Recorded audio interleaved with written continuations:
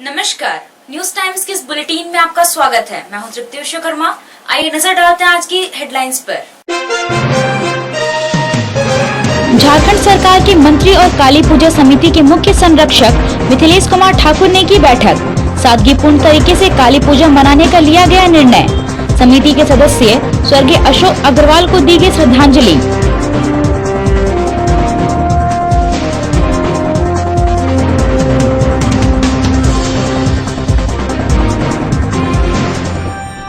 चाईबासा शहर के मंगला हाट में नक्सली बैनर लगाने का आरोपी गिरफ्तार। मुफस्सिल थाना क्षेत्र के बरकेला गांव का निवासी है आरोपी राम सिंह बोईपाई।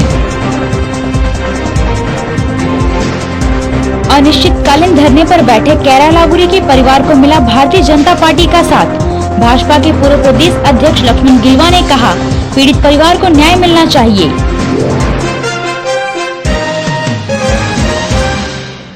अब खबरें विस्तार से। चाईबासा के आमला टोला समिति के पदाधिकारियों, सदस्यों, सहयोगकर्ताओं की एक विशेष बैठक शुक्रवार को समिति के मुख्य संरक्षक और झारखंड सरकार के मंत्री मिथिलेश कुमार ठाकुर की उपस्थिति में उनके आमला टोला आवास पर आयोजित की गई। बैठक में सर्वसम्मति से निर्णय लिया गया कि इस वर्ष काली पूजा का आयोजन सरकारी गाइडलाइन का पालन करते हुए किया जाएगा। पूजा का आयोजन सादगी पूर्वक होगा। भोग का वितरण भी नहीं किया जाएगा।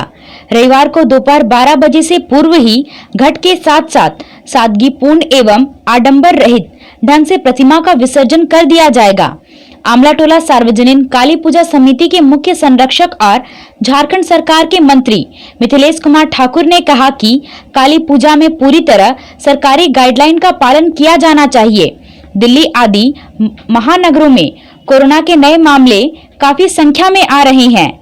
झारखंड में भी काफी मरीज हैं। ऐसे में काली पूजा के दौरान स्वास्थ्य संबंधी नियमों का पालन करते हुए मां काली की पूजा कराई जाए। उन्होंने कहा कि कुछ दिनों पूर्व एक दुखद घटना हुई है। पूजा समिति के महत्वपूर्ण सदस्य अशोक कुमार अग्रवाल का देहांत हो गया है। कोरोना महामारी नहीं रहने पर भी इस वर्ष हम लोग बिना आडंबर के काली पूजा का आयोजन करते। मंत्री मिथिलेश कुमार ठाकुर ने कहा कि अशोक कुमार अग्रवाल के अकस्मात निधन से काली पूजा समिति के साथ साथ मुझे भी निजी क्षति हुई है। अशोक कुमार अग्रवाल शहर में सामाजिक कार्यों में बढ़ चढ़कर हिस्सा लेते थे।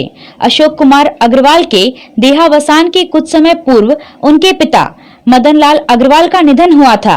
2.5 महीने के भीतर उनके परिवार में दो प्रमुख सदस्यों का देहावसान हो चुका है।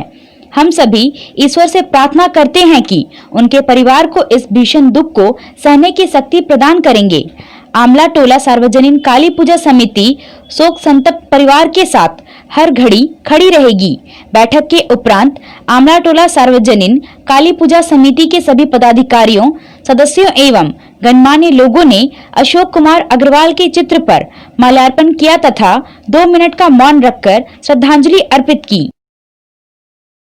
देखिए, हम कोरोना के संक्रमण के दौर से गुजर रहे हैं और अभी सभी पर्व त्योहार जो सरकार की ओर से दिशा निर्देश जारी किए जाते हैं उनका अनुसरण करके ही मनाया जा रहा है। क्योंकि हम अगर सुरक्षित रहेंगे, जीवित रहेंगे, तभी हम किसी पर्व त्योहार को मनाने की सोच सकते हैं। और जिस तरह से सभी पर्व त्योहार में जो दिशा निर्देश सरकार की ओर से जारी किए गए, चाहे ईद हो, चाहे मुहर्रम हो, बकरीद हो, दशहरा हो, सभी पर्व त्योहार में जनता ने सरकार का पूरा साथ समर्थन दिया है। जो भी दिशा निर्देश जारी किए गए थे उनका अनुसरण अनुपालन किया है। और दिवाली, काली पूजा, छठ में भी मुझे पूरी उम्मीद है कि सरकार की ओर से जो गाइडलाइन जारी होंगे उनका अनुसरण किया जाएगा। और हमारी भी काली पूजा जो पूरे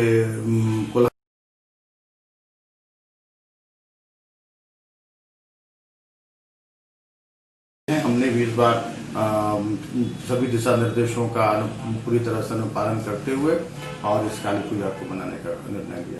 पश्चिमी सिंहभूम जिला मुख्यालय चाईबासा शहर के अति व्यस्त जगहों पर भाकपा माओवादी संगठन के बैनर, पोस्टर, पंपलेट लगाने और चिपकाने की घटना में शामिल नक्सली को चाईबासा पुलिस ने गिरफ्तार कर लिया है। शहर में 15 और 16 सितंबर 2020 की रात्रि अज्ञात के द्वारा मंगला हाट बिरसा क्रिकेट स्टेडियम में भाकपा माओवादी का पोस्टर चिपकाया गया था। इस संबंध में मुफस्सिल थाना में 21 सितंबर को मामला दर्ज किया गया था। दर्ज मामले पर अनुसंधान करते हुए मुफस्सिल थाना पुलिस ने एसडीपीओ अमर कुमार पांडे के नेतृत्व में पोस्टर चिपकाने के आरोपी को गिरफ्तार कर लिया है। आरोपी राम सिंह बोयपाई मुफस्सिल थाना के बरकेला गांव के मानकी टोला का रहने वाला है।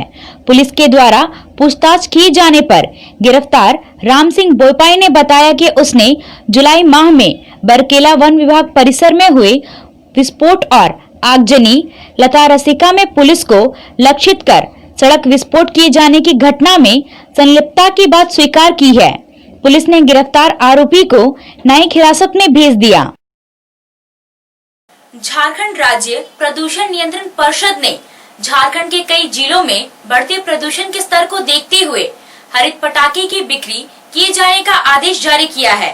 दीपावली के अवसर पर हरित पटाखे रात्रि 8 बजे से रात्रि 10 बजे तक ही जलाने की अनुमति दी गई है। झारखंड राज्य प्रदूषण नियंत्रण के द्वारा जारी गाइडलाइन में कहा है कि राज्य के पश्चिमी सिंहभूम, पूर्वी सिंहभूम, सरायकेला खरसवा जिला सहित कई जिलों में वायु की गुणवत्ता स्तर बढ़ गई है, जिससे प्रदूषण बढ़ गया है, जिसको देखते हुए हरित पटाखे की बिक्री की जा सकेगी। इसके साथ ही दीपावली के दिन पटाखे 2 घंटे तक ही जलाए जा सकेंगे। यदि जारी गाइडलाइन का कोई भी व्यक्ति उल्लंघन करते हुए पाया जाता है तो उनके विरुद्ध उपायुक्त के द्वारा कार्रवाई की जाएगी।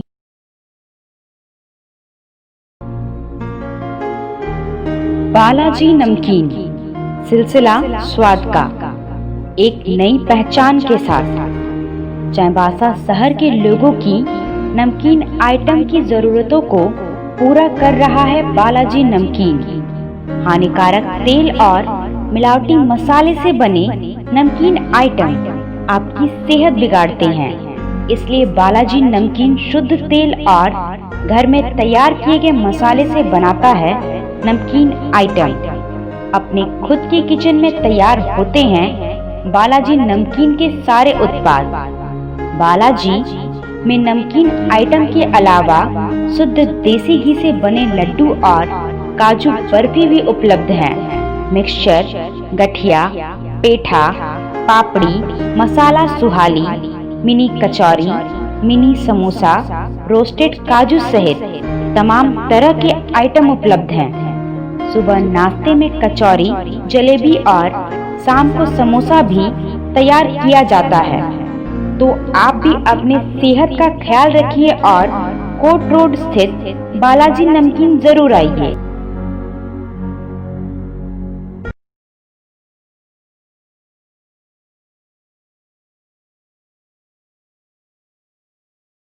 पश्चिमी सिंहभूम जिले के टोंटो प्रखंड के बाईहातू गांव के कैरा लाभुरी के परिजन पुराना समाहर नाली के सामने अनिश्चितकालीन धरने पर बैठे हैं। भारतीय जनता पार्टी के पूर्व प्रदेश अध्यक्ष लक्ष्मण गिलवा और जिला अध्यक्ष विपिन पूर्ति आज परिजनों से मिलने पहुंचे और उनकी मांगों का समर्थन किया।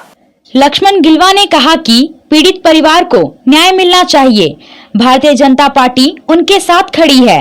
राज्य सरकार और जिला प्रशासन इस मामले में उचित कार्रवाई करे, अन्यथा भारतीय जनता पार्टी आंदोलन के लिए बाध्य होगी। उन्होंने कहा कि जगन्नाथपुर प्रखंड के पोखरपी गांव का मर्तब लागुरी 10 साल पहले ड्यूटी के दौरान गायब हो गया था। वह 130 बी वाहिनी सीमा सुरक्षा बल का जवान है।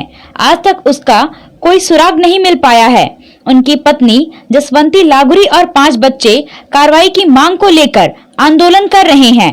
टोंटो प्रखंड के बाईहातू गांव के कैरा लागुरी, उसकी पत्नी और 3 बच्चे जुलाई महीने से गायब हैं। परिवार के लोगों ने पुलिस से शिकायत की है, लेकिन अभी तक कोई पता नहीं चल सका। पूर्व सांसद लक्ष्मण गिलवा ने कोल्हान के डीआईजी से मिलकर पूरी जानकारी दी और मामले में त्वरित कार्रवाई की मांग की। जिला प्रशासन भी अब तक कुछ कार्रवाई नहीं कर रहा है। मुझे लगता है कहीं ना कहीं प्रशासन को किसी के दबाव में ये सब सारा काम हो रहा है। नहीं तो अब तक दूध का दूध, पानी का पानी साफ हो जाना चाहिए। ये अपने लिए बड़ा दुर्भाग्य की बात है, जिला के लिए भी और राज्य के लिए भी। दूसरा, ये मरतम लागुरी पिछले 10 सालों से लापता है और आज तक पुलिस उस पर कुछ कार्रवाई नहीं कर रही है। उनके परिवार ने लगातार कहीं ना कहीं जिला प्रशासन से, राज्य की सरकार से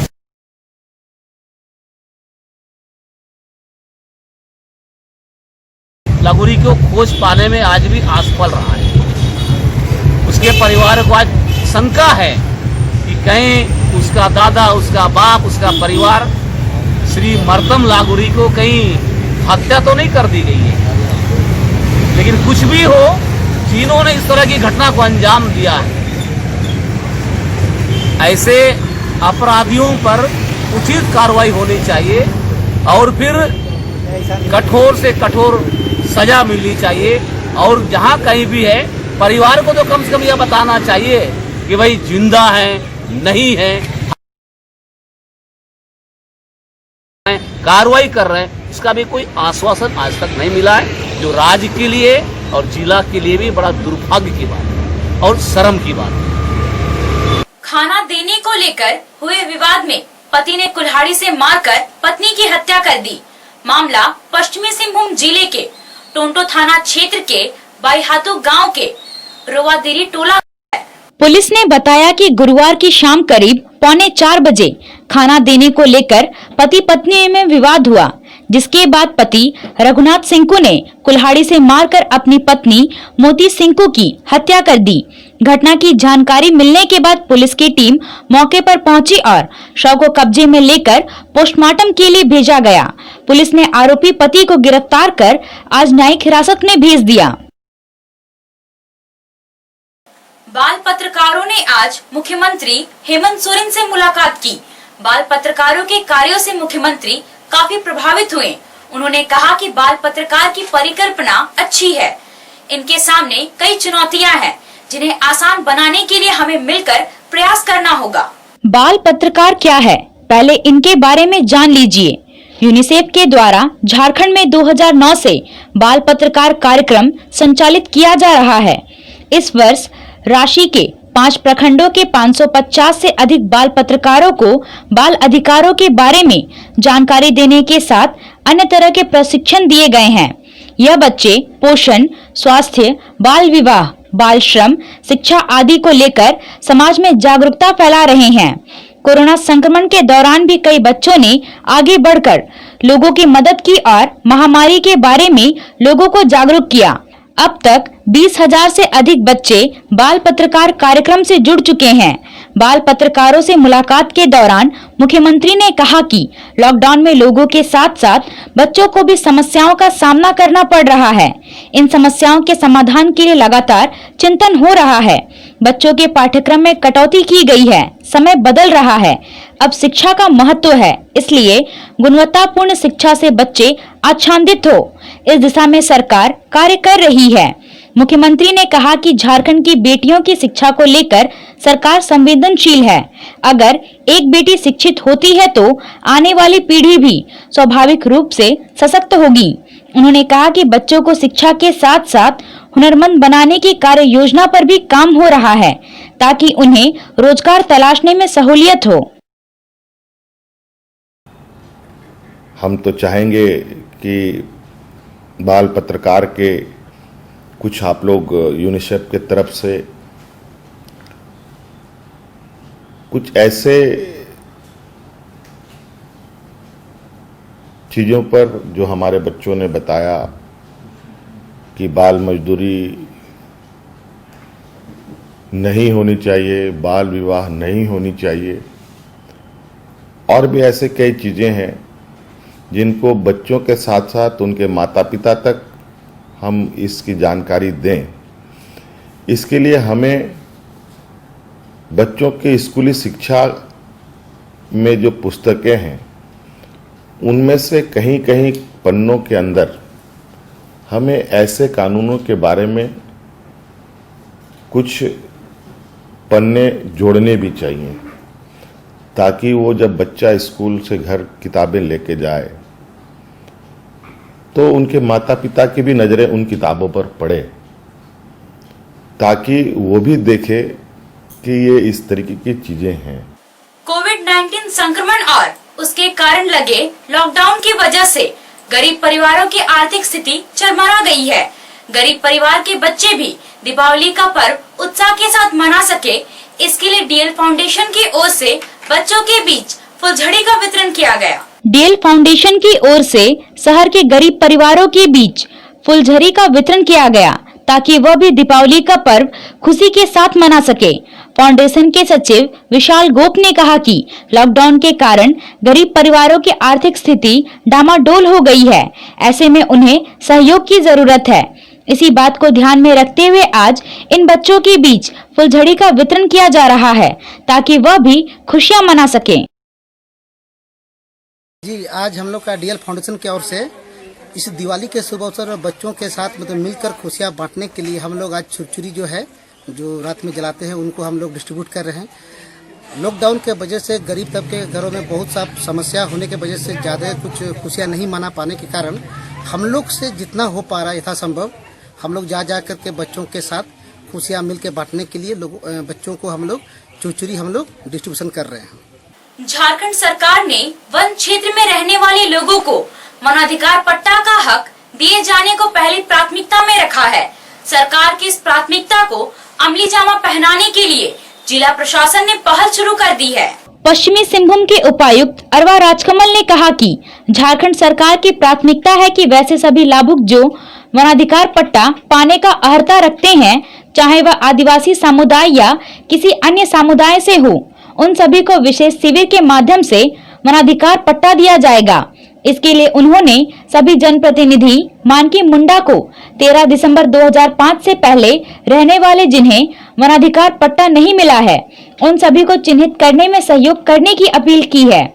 उन्होंने कहा कि 13 दिसंबर 2005 से पूर्व से आदिवासी समाज के व्यक्ति यदि एक पीढ़ी से वन भूमि पर रह रहे हैं या खेती कर रहे हैं या दूसरे जाति के लोग 3 पीढ़ी 75 वर्ष से वन भूमि पर रह रहे हैं तो ऐसे व्यक्ति को चिन्हित कर वन अधिकार पट्टा दिया जाएगा।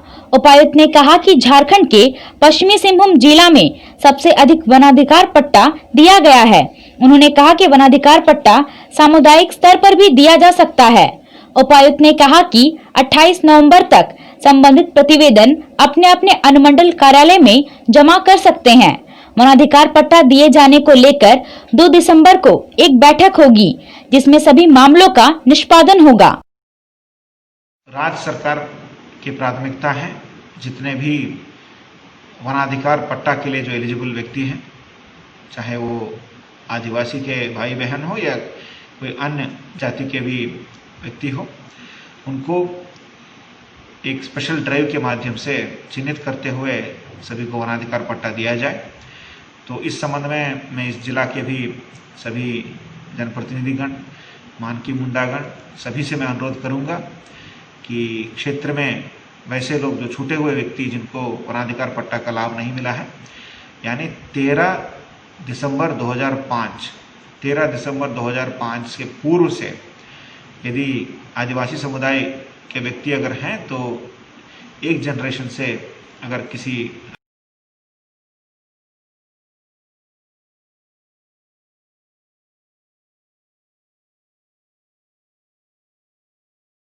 तो 3 जनरेशन यानी 75 साल से यदि वो उस वन भूमि पे अगर डिपेंड होकर अगर रह रहे हैं तो उनको भी हम लोग वनाधिकार पट्टा दे सकते हैं।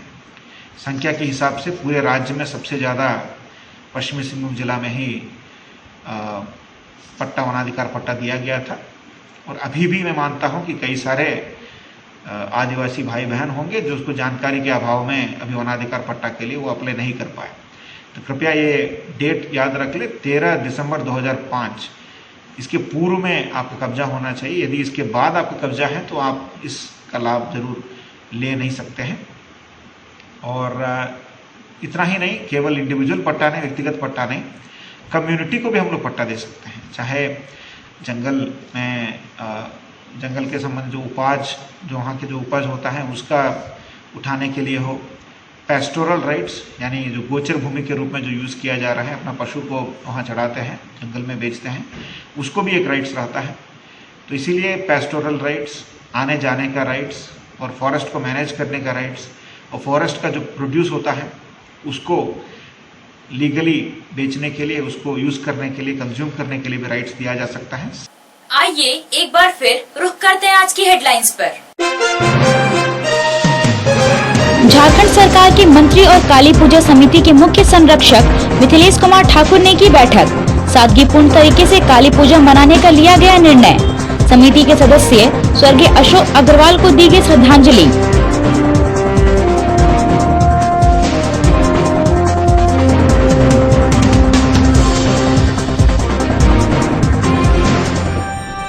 चाईबासा शहर के मंगला हाट में नक्सली बैनर लगाने का आरोपी गिरफ्तार। मुफस्सिल थाना क्षेत्र के बरकेला गांव का निवासी है आरोपी राम सिंह बोईपाई। अनिश्चितकालीन धरने पर बैठे कैरा लागुरी के परिवार को मिला भारतीय जनता पार्टी का साथ। भाजपा के पूर्व प्रदेश अध्यक्ष लक्ष्मण गिलवा ने कहा, पीड़ित परिवार को न्याय मिलना चाहिए।